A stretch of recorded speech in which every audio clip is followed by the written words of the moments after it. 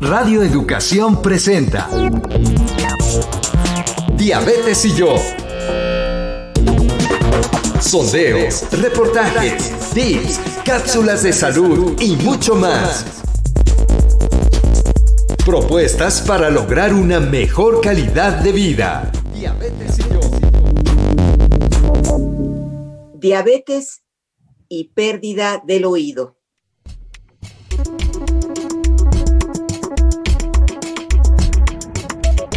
Muchas gracias, como siempre, agradecemos infinitamente que nos acompañen en un programa más de Diabetes y yo, propuestas que puedan mejorar nuestra calidad de vida. Les saludamos, Gisela Ayala y una servidora, María Eugenia Pulido, a nombre de todo este equipo. Y pues siempre aprendemos algo nuevo de este tema de la diabetes. Así que hemos preparado un programa muy interesante en el que vamos a hablar de la repercusión que puede tener la diabetes sobre uno de nuestros sentidos, como es el oído.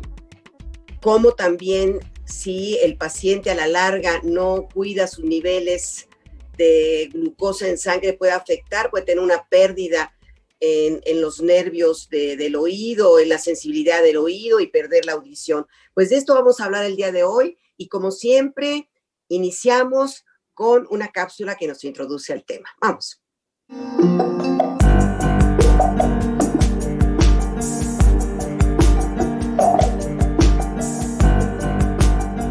A lo largo del tiempo, los niveles de glucosa o azúcar en sangre, que son muy altos o muy bajos, pueden dañar los nervios que afectan la audición.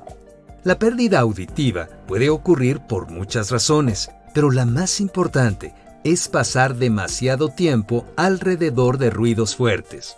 En este programa vamos a hablar de cómo el manejo adecuado de la diabetes es una herramienta muy efectiva para proteger la audición. A lo largo del tiempo, los niveles altos de glucosa o azúcar en la sangre pueden dañar los vasos sanguíneos pequeños y los nervios del oído interno. Por otra parte, los niveles bajos pueden dañar la forma en que las señales que envían los nervios del oído interno llegan al cerebro. Ambos tipos de daño a los nervios pueden causar pérdida auditiva. La pérdida auditiva es 2 veces más común en las personas que tienen diabetes que en las personas de la misma edad que no la tienen. Incluso, algunas investigaciones señalan que en las personas con prediabetes, las tasas de pérdida auditiva son 30% más altas que en las personas con niveles de azúcar normales. Compartimos con usted algunos de los síntomas que indican que puede tener problemas de oído. Frecuentemente pedirle a los demás que repitan lo que dijeron. Dificultad para seguir las conversaciones con más de una persona. Problemas para escuchar en lugares ruidosos. Dificultad para escuchar la voz de los niños pequeños y de otras personas que hablan bajito. Subir el volumen de la televisión o de la radio a un nivel demasiado alto para los que estén cerca. Los problemas con el oído interno pueden también afectar el equilibrio, es decir, puede sentirse mareado y perder el balance de su cuerpo. Ahora ofrecemos algunas recomendaciones para proteger sus oídos. Mantenga sus niveles de glucosa o azúcar en la sangre lo más cerca posible de sus valores objetivo. Esta meta deberá ser planeada junto con su médico, pero de manera general, antes de los alimentos, el azúcar no debe ser mayor a 100 y 2 horas después de los alimentos, la glucosa no debe ser mayor a 180 miligramos sobre decilitro. Evite los ruidos fuertes y el uso constante de audífonos. Debería revisarse la audición en cuanto se entere de que tiene diabetes y después de eso cada año. Incluya las pruebas de audición. Platique con su médico sobre todo esto en la primera oportunidad que tenga. La pérdida auditiva puede ser frustrante tanto para usted como para su familia y puede afectar su vida social. Es importante señalar que no se puede revertir la pérdida auditiva, por lo que es importante empezar a cuidar los oídos desde hoy. Si usted ya presenta alguna pérdida de audición, también hay dispositivos que le ayudarán en esta materia. Quédese con nosotros para escuchar la entrevista de esta tarde. para conocer más sobre la salud de nuestros oídos con una experta invitada.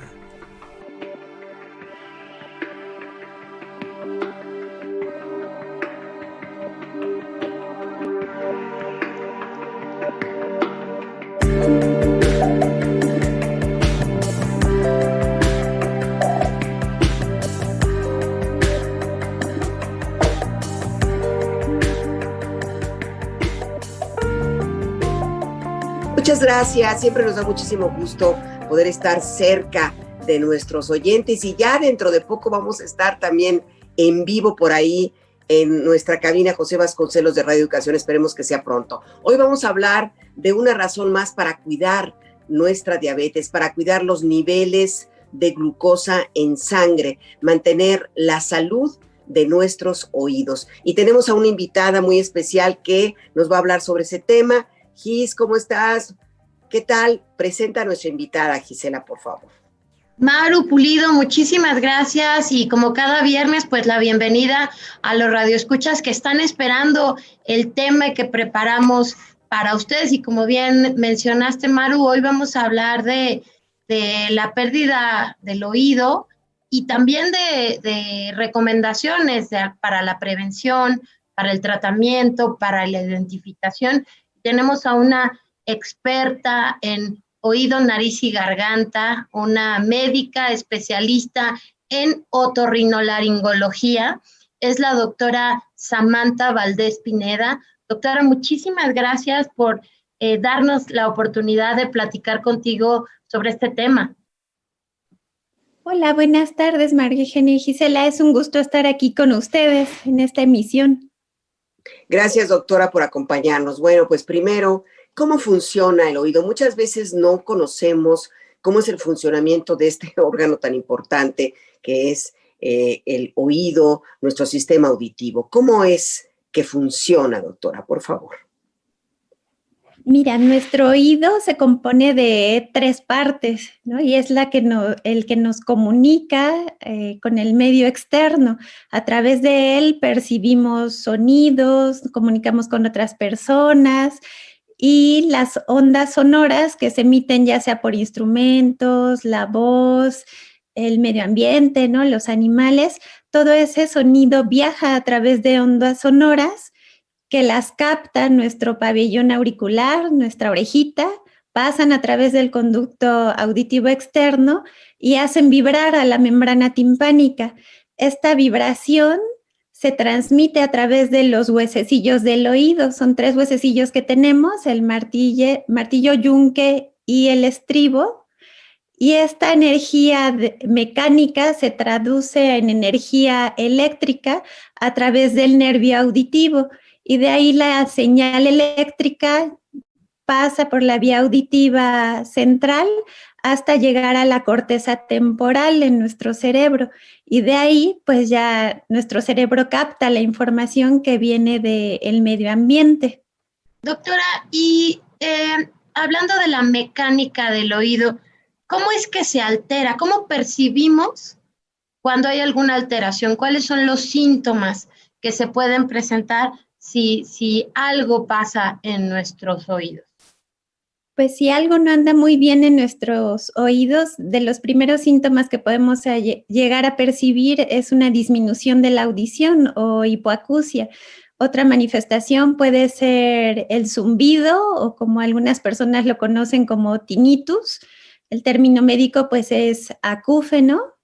Y es la sensación de percibir un zumbido, ya sea una tonalidad aguda o grave, dentro de nuestro oído. Puede ser en uno o en ambos oídos, tanto la pérdida auditiva como el zumbido en el oído.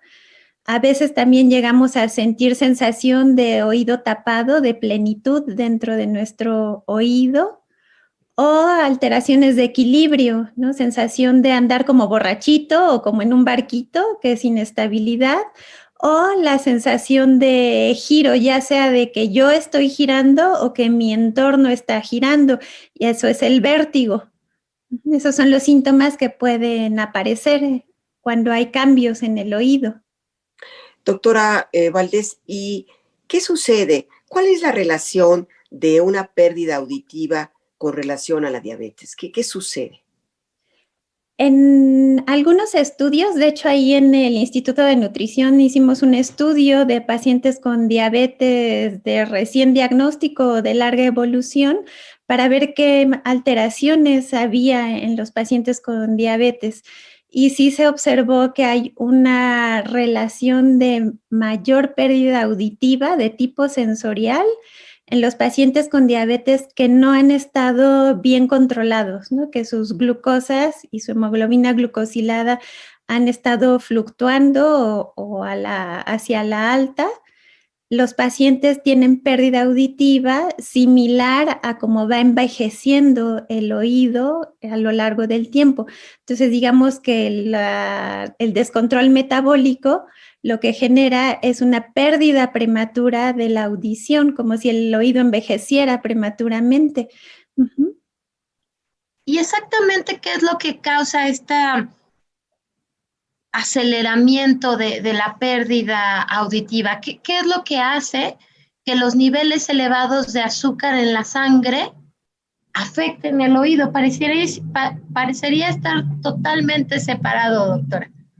Pues mira, el oído interno es muy difícil de estudiar porque como ya es una parte nerviosa, ¿no? Sensorial, pues prácticamente los estudios que hay pues son estudios histopatológicos, ¿no? Ya de estudios post-mortem en los que se estudia la cóclea y se ve que hay una afectación a nivel vascular, así como en el resto del cuerpo, ¿no? Que la diabetes afecta a nivel microvascular, los riñones, la vista, ¿no? Las extremidades, esa vascularidad también se ve afectada a nivel del oído interno, en la estría vascular, que es una parte de la cóclea donde llega la vibración del sonido. Esa estría vascular, pues su propio nombre lo dice, ¿no? Tiene muchos vasos sanguíneos y son los que se empiezan a afectar y eso genera que no haya un buen aporte de sangre o de oxigenación en las células ciliadas internas del oído. Hay dos tipos de células ciliadas en el oído, unas externas y otras internas. Las que se van perdiendo con el envejecimiento son las células ciliadas, primero las externas y luego las internas. En los pacientes con diabetes que se les hizo esos estudios, pues también se vio ese de alteración en la microvascularidad que afecta a las células ciliadas externas e internas y eso genera la pérdida auditiva.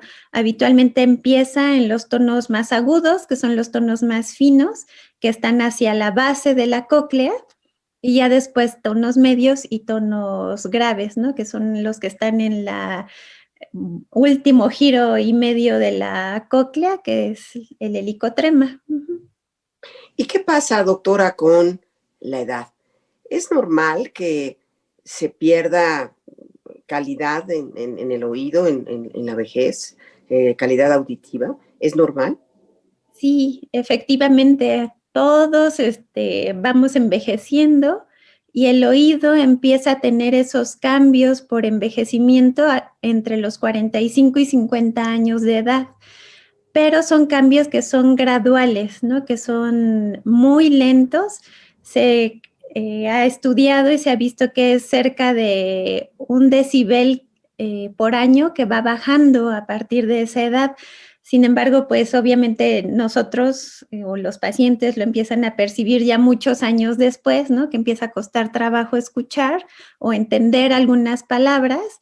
En realidad el primer cambio que sienten es que no entienden bien las palabras, ¿no? Empiezan a confundir unas palabras por otras y pues ese es el cambio que empieza a haber con el envejecimiento. Así como la vista se va cansando, ¿no? Con los años, el oído también se va cansando, va deteriorando la función y hay la pérdida auditiva. Y doctora Samantha, la pérdida del oído causada por los elevados niveles de azúcar o glucosa en sangre, ¿tiene cura? ¿Es reversible? No, no es reversible. Las células ciliadas, que son las que se dañan, son células similares a las neuronas, entonces las neuronas no se regeneran, no hay forma de recuperarlas una vez que hay un daño. Ese daño ya no es reversible. Sin embargo, si nuestro paciente literalmente se aboca a su control metabólico, ¿no? Si llega a cumplir con sus metas de control glucémico, pues eso va a favorecer que los cambios que haya en su oído sean como un paciente que no tiene diabetes, ¿no? Su envejecimiento normal del oído. Doctora, yo quisiera preguntarle un poco de lo que mencionó, que uno de los síntomas, o sea, hablando de los síntomas, eso como ruido como zumbido en los oídos, ¿cómo es ese zumbido? Y habría que entonces, cuando lo sentimos, acudir al médico, al otorrinolaringólogo, que es el especialista. Mira, el zumbido o el acúfeno es solo efectivamente un síntoma. Nosotros lo podemos llegar a percibir como un sonido similar a cuando se oye un cable eléctrico, ¿no? Que hace pi, o como cuando pasa un flujo de agua a veces a través de un tubo. Ese es el zumbido que se puede llegar a manifestar. El zumbido es un síntoma que puede aparecer pues por varias causas, no solamente cuando hay un problema como tal del oído, ¿no? Cuando hay descontrol metabólico, elevación de colesterol, triglicéridos, puede generar zumbido. El descontrol de la presión arterial también puede generar un zumbido. Una enfermedad del oído como tal también genera zumbido. Cuando hay problemas de articulación temporomandibular, también generan zumbido. Entonces, sí, yo creo que es recomendable que alguna persona que llegue a tener esta manifestación acuda a un chequeo médico, porque pueden ser muchas causas que generan zumbido. Entonces, finalmente, pues hay que investigar y ver qué es lo que está pasando. Doctora, y en marzo pasado se conmemoró en todo el mundo el mes de la audición, el 3 de marzo, si mal no recuerdo, es el Día Mundial de la Audición. Y creo que nos detenemos muy poco a pensar en la salud de nuestros oídos. Entiendo que hacemos muchas cosas que los pueden dañar. ¿Podrías hablarnos para ir dejando recomendaciones? Ya dijimos que una de las más importantes para quienes vivimos con diabetes es el control de nuestra condición, pero ¿qué otras cosas podemos hacer con y sin diabetes para cuidar este sentido tan importante que es el oído? Bueno, de las primeras recomendaciones que yo les daría sería no introducir nada a sus oídos. O sea, el oído está hecho para que no nos metamos nada, por eso la frase célebre de los oídos se limpian con los codos. Porque pues si fuera una estructura en la que nosotros requiriéramos el alcance por nuestras propias manos, pues sería diferente, ¿no? El oído necesita tener cierta capa de cerumen, esa capita de grasa protectora, para que nuestro oído esté protegido contra infecciones, ¿no? Para eso sirve nuestra cerilla. Entonces, de primera recomendación, no introducir nada a los oídos. Si somos una persona que genera o produce mucha cantidad de cerumen, acudir a una revisión y una limpieza, que sea alguien que sepa hacerla, porque luego tenemos problemas cuando se hacen esos conos con cera, ¿no? Y queman los oídos o hay infecciones, entonces sí acudir con alguien que sepa hacer las limpiezas de oído. Tampoco estar poniendo gotitas en los oídos, a menos de que sea por alguna indicación médica. Hay que evitar exponerse a sonidos fuertes, ¿no? A ruido. ¿Por qué? Porque el estar expuesto a un ruido de más de 85 decibeles de manera constante va a ir haciendo que nuestro oído se gaste, se lastime. El uso de los audífonos no es recomendable por más de 20, 30 minutos a lo mucho al día, porque eso también va generando un trauma acústico a nuestro oído y va a haber disminución de la audición. Doctora, ahí te interrumpo, perdón, Maru, solo para preguntar, porque seguramente muchos de nuestros radioescuchas se sorprendieron al escuchar no más de 30 minutos. ¿No más de 30 minutos en un volumen elevado o no más de 30 minutos en general? en general, un volumen en el que nosotros nos hablamos, ¿no? Que la frecuencia del habla de una conversación es entre 30 a 50 decibeles a lo mucho, ¿no? Las personas que hablan muy fuerte. Eso no nos va a generar ningún problema.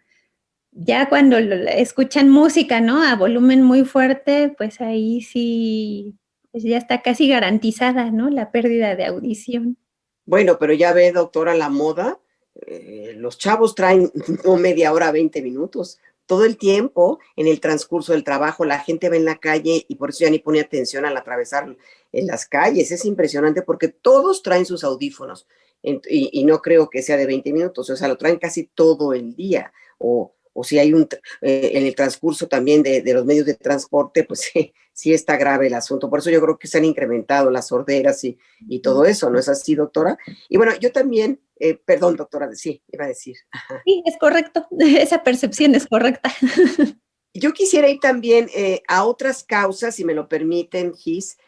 Por ejemplo, las infecciones constantes, sinusitis, gripas constantes, estar constipado la nariz, porque tiene una relación oído-nariz, pero bueno, o sea, son muy finos y están unidos. ¿Eso también, lo recurrente, nos puede llevar a una sordera, doctora?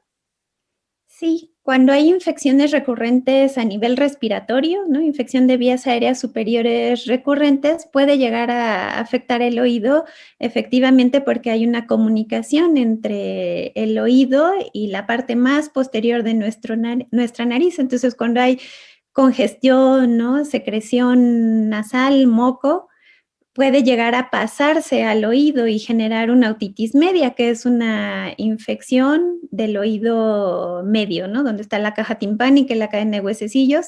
Se puede acumular moco, secreción, puede ser tanto secreción estéril, que es transparente, o secreción purulenta, ¿no? Cuando ya es un cuadro infeccioso. Entonces es importante atender una infección respiratoria a tiempo para que no haya complicaciones. Y en el caso, doctora, de las personas con diabetes, ahorita que estamos hablando del tema de las infecciones, pues cuando hay un descontrol de los niveles de azúcar en sangre, las infecciones son difíciles de atender, de controlar, de solucionar. ¿Hay mayor riesgo de que estas infecciones sean pues más peligrosas para las personas que vivimos con diabetes? Sí, sí hay más riesgo porque hay que recordar que el sistema inmune del paciente con diabetes es como más lento, ¿no?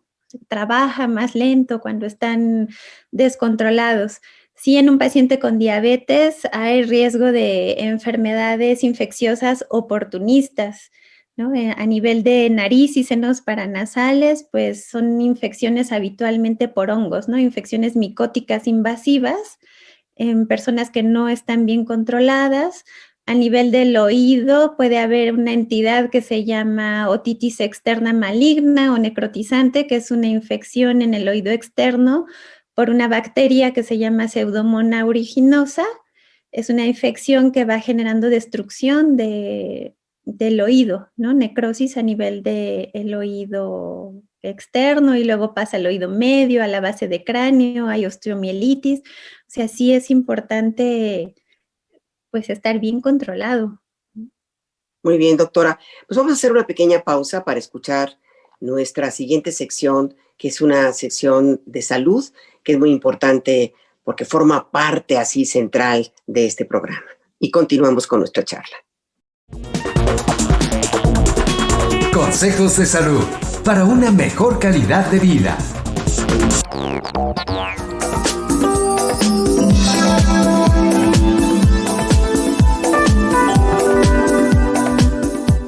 Hola, ¿cómo estás? Mi nombre es Mónica Hurtado, la nutrióloga de Quiero Saber Salud. Y hoy en esta cápsula quiero platicarte algo que muchas veces pues nos preguntan a los profesionales de la salud, a los educadores en diabetes, y algunas otras más no nos preguntan. Y los pacientes que tienen una condición de diabetes tienen esta pequeña complicación y pocas veces hablan de ella, y es el pie diabético. Entonces, ¿qué entendemos por pie diabético? Bueno, se le va a denominar a pie diabético a las alteraciones anatómicas, es decir, a las alteraciones en nuestros pies que se ven y funcionales, es decir, que ya no nos permite movernos, de los pies de las personas que tienen diabetes. Es decir, puede presentarse ulceraciones, infecciones, se puede presentar gangrena o ya en un grado muy avanzado alguna amputación. Entonces, todas estas alteraciones que vamos a tener en nuestros piecitos cuando pues no le hemos dado la atención pertinente, las podemos denominar como pie diabético. Y hay algunos factores de riesgo que los podemos prevenir, como lo es el control glucémico. Ya hemos platicado sobre la importancia de mantener nuestros niveles de glucosa en controles adecuados. Estos se van a ir estableciendo dependiendo el tipo de tu diabetes, el avance de la condición, pero recordemos que ya tenemos ciertos valores. También hay otro factor de riesgo como es la neuropatía periférica. Esto es una complicación también de la diabetes. Fumar cigarrillos, este es un factor de riesgo. Por favor, todas las personas deberíamos de estar sin fumar y más aquellas que tienen una condición de diabetes. El tabaco nos va a complicar muchísimo la existencia, nos va a dificultar el control que podamos tener de nuestra glucosa capilar, de nuestra glucosa en sangre, perdón. Y recordemos que los valores de glucosa, nuestros valores normales, van a ir definiendo poco a poco qué tanto factor de riesgo tengo para presentar una complicación. El tener deformidades de los pies, el a veces pues tener o usar zapatos que no nos acomodan muy bien y que ya se haya deformado, que tengamos callosidades en los pies, que tengamos estas almohadillas, que obviamente haya historia de úlcera del pie, que haya también pues algunas insuficiencias renales, por ejemplo. Todo esto va a complicar y nos va a hacer tener un factor de riesgo para presentar el pie diabético. Y sin duda, pues recordemos que la alimentación, el tratamiento farmacológico, el dormir bien, el tener o el no tener estrés, también nos van a condicionar a que esto sea un factor de riesgo para presentar pie diabético, ¿no? ¿Cómo sabemos si tenemos pie diabético o no? Bueno, pues una vez que empezamos como a percibir los síntomas, recuerden que no siempre duele, porque si ya tenemos otra complicación como es la neuropatía, no voy a sentir muchas cosas en mi pie o en mis extremidades. Entonces, por eso es tan importante que siempre estemos evaluando nuestros pies. Hay que verlos cada que nos bañemos, hay que secar muy bien entre los dedos, hay que observar que no tenga ninguna, uña enterrada, que no tenga ninguna herida, que el calcetín no me esté lastimando, porque entonces ahí es donde vienen estos descuidos. Entonces, siempre hay que observar si tenemos algún síntoma, dolor, ardor, picazón.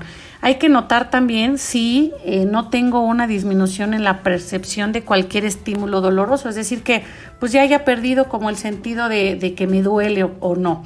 Y bueno, pues también hay que ver o hay que notar cualquier tipo de cambio en el color de la piel, en la textura, en la circulación también, si no se me están durmiendo demasiado los pies o los dedos, si estoy dejando de sentir el dolor, si tengo hormigueo, sensación de ardor, si hay un dolor agudo punzante de pronto en la noche.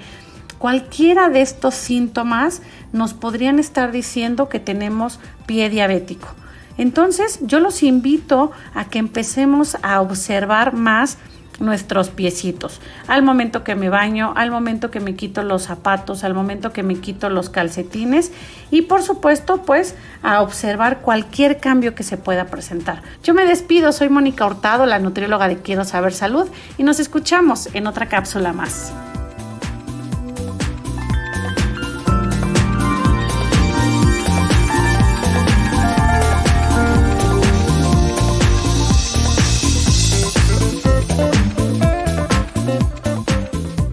Pues retomamos nuestra plática con nuestra invitada el día de hoy, la doctora Samantha Valdés. Doctora, ¿qué nos recomienda para la limpieza, para la higiene de los oídos? ¿Es bueno, por ejemplo, los sprays, el lavado de oídos? ¿Cómo debemos de cuidar nuestros oídos para la prevención de todas estas enfermedades? Podemos tener nuestro cuidado de oídos o nuestra limpieza de oído en casa y es muy sencillo. En realidad es al momento en el que nos bañamos, aplicar un poco de espumita del jabón con el que nos bañamos y limpiar lo que es nuestra orejita, el pabellón y la concha y enjuagar con agua. No es necesario que nos salgamos de bañar y nos hagamos un rollito de papel y meterlo ahí en el oído, no es necesario. El oído, por su forma en la que funciona, solo se limpia. Esa descamación que tiene la piel también es a nivel del oído y poco a poco el oído va sacando esa piel y esa cerilla que vamos produciendo. Es importante que nosotros no metamos nada, porque entonces la cerilla que vamos produciendo, nosotros la vamos empujando y empacando ahí en el conducto auditivo y es cuando ya nos generamos ahí un tapón. Si hay personas que producen mayor cantidad de cerilla, la recomendación aquí es pues hacer el aseo con agua y jabón durante el baño y les ayudaría a aplicar una gotita de aceite de bebé, que es el aceite mineral, o una gota de aceite de almendras dulces una vez a la semana o cada tercer día en sus oídos para que esa cerilla que es como grasa se vaya disolviendo con el aceite. Hay que recordar que la grasa se disuelve en grasa, ¿no? El aceite se disuelve en aceite. Entonces, el usar el agua oxigenada a veces no es muy recomendable porque llega a ser irritante en la piel del oído. Otra cosa que es importante es que si se va a aplicar esas gotitas de aceite, debe de estar seguro de que su membrana timpánica esté íntegra, porque no podemos introducir gotas en un oído en el que el tímpano está perforado, porque esa gotita se nos va a ir a la caja timpánica y va a generar una infección. Sí, doctora, pero entonces estos sprays que también son para nariz y para oído, ¿no los recomienda? Que son de agua de mar. Hay para limpiar el oído también. Sí, hay algunas gotitas que se utilizan para ir disolviendo la cerilla, ¿no? Algunas marcas comerciales. Sí, se pueden usar siempre y cuando la membrana timpánica esté íntegra. Los spray agua de mar para la higiene nasal, sí, también son recomendables. Nos van a ayudar a lubricar nuestra nariz y a mantenerla limpia, ¿no? De hecho, incluso tienen un efecto descongestivo mínimo por la concentración de agua salina que tienen. Entonces, algunas personas que llegan a tener algo de congestión nasal, a veces solamente el usar el agua de mar o esa solución salina ayuda a desinflamar la nariz por dentro, a hacer la limpieza, la lubricación. Sí, sí son recomendables. Justamente, doctora, durante una de las contingencias al final del mes de marzo, una de las recomendaciones era que limpiaras tu nariz. Para las personas que vivimos en la Ciudad de México, donde la contaminación ambiental es enorme, había muchas molestias y una de las recomendaciones era hacer una limpieza, pero también he leído que el extremo puede ser malo. ¿Cuál es la recomendación de limpieza nasal con estas agüitas de mar? O cuando te estás bañando, ¿es recomendable hacer estos lavados de nariz en cada baño? ¿Hay un límite? ¿Qué nos dices, doctora? Mira, lo recomendable de los aseos nasales es hacerlos con las soluciones ya preparadas, ¿no? De los spray o una solución salina de suero como el que luego nos ponen cuando estamos en el hospital, porque son soluciones estériles, limpias, ¿no? De contaminantes o de bacterias, de microorganismos. El agua que nosotros usamos para bañarnos, aunque sea agua potable, en realidad no es una agua que esté 100% limpia, ¿no? Ni que tiene la concentración de sal isotónica, que es la que se necesita para que no deshidratemos nuestra nariz, ¿no? Porque hay soluciones que nosotros a lo mejor preparamos en la casa, pero son soluciones que no van a tener la medida de sal que requiere, ¿no? Porque son en milimoles lo que es la medición pues no tenemos forma de pesarlo, ¿no? Y calcular una concentración. A lo mejor alguien que tiene pues esa especialidad en química lo podría hacer, pero en población general pues no. Entonces lo ideal pues es usar las soluciones ya preparadas para que esté en buenas condiciones nuestra mucosa nasal y no al contrario, ¿no? Que la deshidratemos y generemos sequedad. La sequedad puede generar sangrados, entonces pues vamos ahí complicando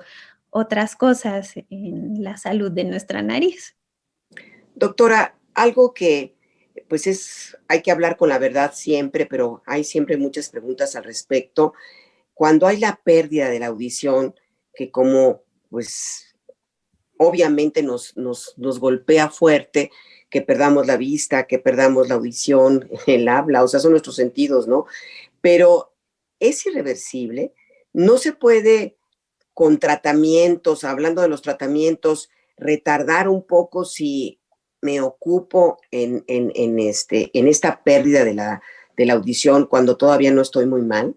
Se puede retrasar, se puede que no sea tan acelerada, viviendo con diabetes o no con diabetes, pero cuando ya tenemos esa pérdida auditiva. No, en realidad no hay nada comprobado, ¿no? Científicamente con un alto nivel de evidencia que podamos tomar algo y nos retrase esa pérdida auditiva. Solamente hay una entidad patológica que se llama hipoacusia súbita neurosensorial idiopática, que es una pérdida súbita de la audición. Esa es una emergencia, ¿no? Y hay que acudir a revisión. Es de repente que nos quedamos sin escuchar, hagan de cuenta que nos hubieran apagado el oído y no escuchamos, ¿no? Es una pérdida de audición en máximo 72 horas.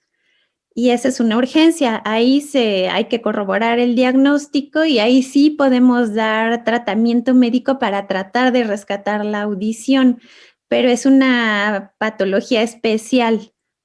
Sí, pacientes con diabetes lo pueden llegar a tener. Es bastante frecuente que cuando estén descontrolados pueda llegar a pasar eso, una hipoacusia súbita. Es importante reconocerla y acudir a revisión, pues sí, como urgencia, no dejarla pasar así, sí, es que llevo una semana, ¿no? Que no escucho, porque mientras más pronto se dé el tratamiento, mayor oportunidad hay de rescatar esa audición. A lo mejor si la pérdida es muy severa, pues la audición no podrá recuperarse al 100%, pero sí se puede rescatar algo. Y llegaste justo al momento, doctora, de hablar de los tratamientos. ¿Qué hay para atender una de las afectaciones o algunas de las afectaciones del oído? Y como Maru muy bien abrió la puerta, también ¿qué hay cuando ya hay una pérdida irreversible de la audición? ¿Qué opciones tenemos? Pues ahí hay que valorar con un estudio audiológico el grado de pérdida, ¿no? El nivel de pérdida auditiva. Lo primero hay que hacer es un estudio audición y ya con ese estudio de audición y sabiendo el nivel de pérdida, pues ahí se emplea el apoyo de los auxiliares auditivos externos, que son los aparatos, ¿no? Los aparatos actúan como amplificadores para ayudarnos a escuchar.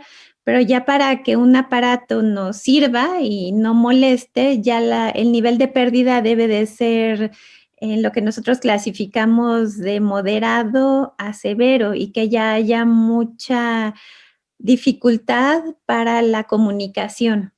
Es importante que pues un paciente que tiene una pérdida auditiva a un nivel considerable sí se apoye de los auxiliares auditivos. ¿Por qué? Pues en primera porque somos seres humanos, ¿no? Somos seres sociales que tenemos que estar comunicados, que si no los usan, luego hasta incluso en la familia pues se van aislando, ¿no? Porque están preguntando qué, y la familia se molesta y no les quiere repetir o les hablan de lejos y pues obviamente no van a escuchar. Entonces, pues ya con eso, el apoyo del aparato, va a haber mejor conversación y comunicación. Y las personas que van saliendo solas a la calle y que no escuchan bien, es importante que sepan identificar de dónde viene un sonido, de dónde viene un coche, un claxon, ¿no? incluso hasta escuchar la alerta sísmica. Entonces sí es importante que quienes tienen pérdida auditiva, pues no les dé pena usar los auxiliares, porque sí es importante. O sea, yo les hago la comparación a mis pacientes de, a ver, si no vemos bien, usamos lentes, ¿no? Y los lentes nos los van a hacer como nosotros necesitamos para ver. Cuando no escuchamos bien, pues necesitamos usar un aparato, pues hay que apoyarnos y usar el aparato para poder escuchar. Finalmente el oído, pues es un órgano de los sentidos importante, ¿no? Que nos va a permitir estar en contacto con el exterior. Doctora, en el caso de la diabetes tipo 1, a diferencia de la diabetes tipo 2 y que se manifiesta desde pues, la infancia o la juventud, cuando se es más joven y se manifiesta esta pérdida acústica, pues ya nos dijo que es irreversible, pero se puede ganar tiempo. ¿Hay alguna diferencia que afecte más a la diabetes tipo 1, la diabetes tipo 2? No sé si tenga caso esta pregunta, pero sí me gustaría si habría alguna diferencia.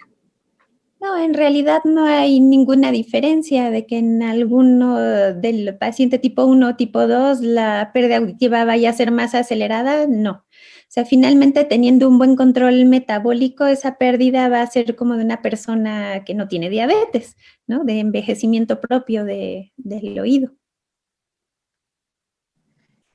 Doctora, en esta plática que hemos tenido, yo me quedo con varias cosas. Me quedo con esta información que nos das de evitar el uso de los audífonos por tiempos prolongados, pero también cuando hablas de decibeles, creo que nos cuesta trabajo en una ciudad como la Ciudad de México, se escucha a volúmenes muy altos todo. Entonces, ¿cómo podemos saber que estamos escuchando la tele demasiado elevado, que nosotros que escuchamos tanto radio está muy alto?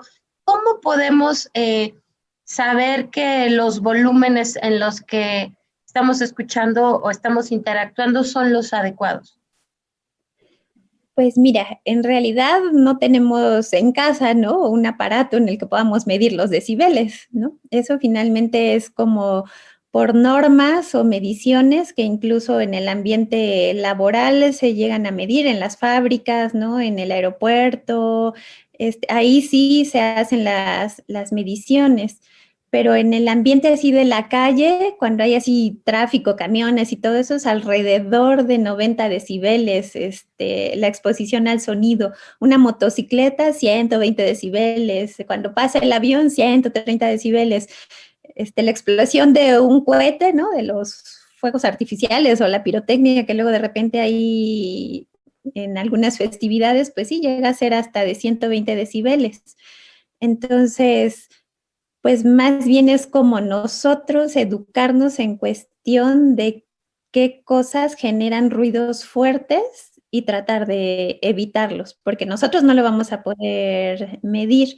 Sí, es importante pues educar también a nuestro oído, ¿no? No estarle sube y sube y sube al volumen. Yo sé que hay algunos programas de televisión o películas que a veces el sonido, el original, la grabación, pues el volumen no es muy bueno, pues sí, ahí sí le vamos a subir, pero no así de subirle a la música, ¿no? De la fiesta y así a todo volumen que escucha toda la colonia, ¿no? O sea, hay que educarnos y ser considerados con nuestro oído.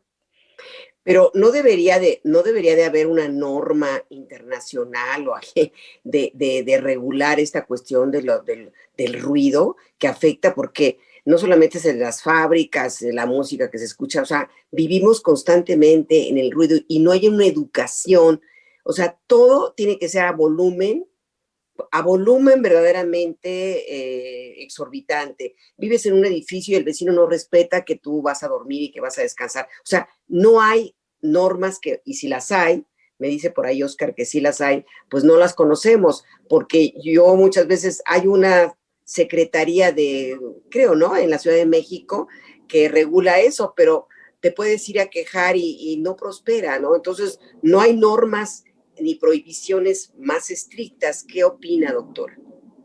Pues mira, las normas sí están escritas, ¿no? A nivel internacional y a nivel nacional. Sin embargo, ya llevarlas a la práctica, ¿no? De la vida diaria, ahí es donde yo creo que está el fallo. Pero, pues sí, puede uno como vecino ir a hacer su denuncia, ¿no? De mi vecino tiene el volumen muy alto. Se supone que en la norma mexicana, durante el día, la música que se debe de escuchar no debe de ser más de 50 decibeles y durante la noche no más de 40. O sea, prácticamente es un volumen en el que nosotros estamos conversando, ¿no? En el que debe de estar la música y eso pues a veces no pasa y la gente se queja, pero pues las autoridades a veces, aunque vayan y digan, pues tienen que bajar su volumen, a lo mejor le bajan 5 minutos y luego le vuelven a subir, ¿no? Entonces tengo yo entendido que a la tercera vez que acude la autoridad a pedir que por favor bajen el volumen, si no lo hacen, pueden detener a la persona que está generando la contaminación del aire por ruido. Es difícil que llegue a suceder, ¿no? Finalmente, yo creo que más bien es que nosotros, cada uno haga la conciencia de, pues es por mi salud y por la demás, ¿no? Es la convivencia en paz, ¿no? Tener una convivencia sana en nuestra comunidad. Sí existe la PAOT, que es la Procuraduría Ambiental, ¿no? Está, sí, de que existe, existe, pero es difícil, doctora, es difícil que te hagan caso porque una vez, de veras, o sea, te van y te miden los decibeles, no está incurriendo porque son tantos decibeles y dices, bueno, entonces, ¿qué pasa, no? Así es. Y luego creo que también depende del tipo de agrupación, ¿no? Según la colonia, si está casi dada de alta como un fraccionamiento en forma, etcétera, si hacen o no caso. Pero bueno, pues le digo, es más que nosotros hagamos la conciencia, nosotros como seres humanos que vivimos en sociedad, ¿no? Y que podamos vivir en armonía, porque a veces es difícil. Pues nos da mucho gusto conversar en esta ocasión con la doctora Samantha Valdés, y es especialista en oídos. Y precisamente, doctora, pues, ¿quién es el médico al que tendríamos que acudir, que es el especialista en la audición, cuando tenemos problemas acústicos? Mira, de primera instancia se requiere de un chequeo por un otorrinolaringólogo. El otorrinolaringólogo nos va a revisar nuestros oídos, nuestra nariz, nuestra garganta. Si es necesario hacer una limpieza del oído, bueno, ya será dependiendo de los hallazgos. Y el especialista que se encarga de hacer los estudios de la función del oído es el audiólogo. ¿Sí? Los audiólogos son médicos especialistas que se encargan de evaluar la función del oído, tanto de la parte auditiva como de la parte del equilibrio. Ellos son los que nos van a hacer los estudios objetivos de nuestro oído. Entonces, si tenemos algún problema, sí es importante la revisión primero y ya nosotros como médicos otorrinos damos nuestra indicación para hacer los estudios que se requieran para la función del oído. ¿Cada cuándo se recomienda, doctora Valdés, que nos revisen el oído? ¿Es como una revisión periódica que debamos programar o solo es reactiva? Es decir, acudiremos al médico, al médico general o al especialista, en este caso el otorrino, cuando escuchamos o sentimos que algo está mal con nuestro oído. Pues mira, de primera instancia es reactiva, ¿no? Si tenemos alguna molestia, pues hay que ir a revisarnos y ya una vez teniendo como identificado algún problema, pues a veces hay que hacer controles cada 6 meses o un año. Doctora, a mí me gustaría un poco volver a los problemas que podemos tener si no controlamos la glucosa en sangre y si vives con la condición de la diabetes. pero repetir todo esto que nos estaba diciendo, que no es normal que tengamos constantemente los oídos tapados, que tengamos zumbidos en los oídos, porque puede ser que tengamos la glucosa alta. También parece que la glucosa cuando baja demasiado también nos puede provocar un problema de desequilibrio. En fin, todas estas cosas, la otitis, que también son infecciones, todo esto que nos vuelvo a repetir los cuidados por esta relación entre la diabetes y el oído, doctora. Pues los cuidados que deberíamos de tener, si ya sabemos que tenemos una enfermedad metabólica como tal, ¿no? Diabetes, dislipidemia, hipotiroidismo, pues sí es estar bien controlados, ¿no? Hipertensión arterial bien controlada. Si no tenemos o nos conocemos como una persona previamente sana y empezamos a tener manifestaciones en el oído, sí, pues acudir a la revisión, hay que hacer a lo mejor estudios de laboratorio como de rutina para un chequeo general y a lo mejor ahí podemos identificar si empieza a haber alguna alteración en nuestro metabolismo, ¿no? Que haya que atender y que nos ayude a controlar esos síntomas, ¿no? El zumbido, el mareo, a veces son de origen metabólico, no como tal una enfermedad en el oído. Entonces ya por revisión y por estudios vamos descartando y tratando. Doctora Valdés, sería interesante que compartieras con nosotros los datos de contacto. ¿En dónde estás? ¿Dónde es tu práctica médica? En las mañanas tengo trabajo institucional, estoy en el Instituto Nacional de Ciencias Médicas y Nutrición, y por las tardes en el Hospital San Angelín de Universidad, en la Torre Nueva. ¿Nos podrías dar el teléfono o algún correo electrónico en el que nuestros radioescuchas puedan estar en contacto contigo? Sí, mira, el teléfono del consultorio es el 55 56 01 50 68, ese es el teléfono directo. Y mi correo electrónico es valpinsam@gmail.com. Y doctora, para concluir, ¿qué nos puede decir para concluir este interesante programa que hemos hecho con usted? Pues mis recomendaciones son, sí, no dejen pasar, el cuerpo nos da síntomas como una alarma, ¿no? De aquí me está pasando algo, háganme caso. ¿Sí? Entonces no hay que dejar pasar ahí a veces un zumbidito, de repente ya no oigo, ando mareado. Sí, acudan a chequeo. El oído pues es uno de los órganos de los sentidos más importantes y más cuando ya incluso alguno otro de nuestros órganos de los sentidos está afectado, ¿no? Entonces es muy triste a veces ya no poder ofrecer algo más a mis pacientes porque pues no hubo una atención oportuna. Entonces, el estar bien, pues depende de nosotros, ¿no? De querernos, de cuidarnos, de preocuparnos por nuestra salud. Gracias, doctora.